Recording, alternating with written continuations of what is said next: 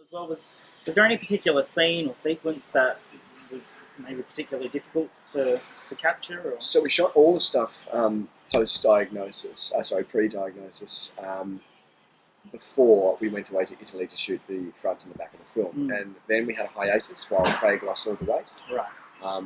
And so when we came back, there was this 2 weeks where we were shooting a lot of the stuff in hospital, and of course John's death. And that transcended acting for us, man. There's a scene that's not in the film in which we gave John his final wash, and Tom Hobbs, who played Peter Craig, who was one of the men that one of John's lovers when Tim and John worked together.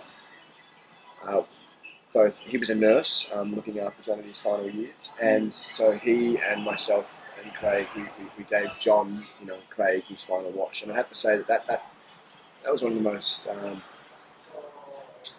transcendent of acting things I've ever done. It really felt the take went for 45 minutes, and we'd spent so long with these boys with their story and getting to know them and trying to represent them that it really felt like we were saying goodbye to them again, not just in the script, but saying goodbye to these life forces that we'd got to know and understand. And yeah, it did. It affected us personally, and it was something we couldn't just leave on set. It definitely had an emotional hangover, and we had to come together at the end of that scene and that final wash and regroup, and just I remember Tom sort of saying, "I can't feel my hands," and thank you guys for being a part of that experience with me, and we all just sort of debriefed and leisure to come down to that. A lot of that stuff at the tail end of the film, which was in the last 2 weeks, was really difficult. Wow. How was the general atmosphere on set throughout filming? Because it's pretty intense stuff, but then also there's a lot of humour. There's a lot of humour, and there's a lot of hope, There's a lot of hope. And Tim's book itself is very funny. It's funny in its honesty,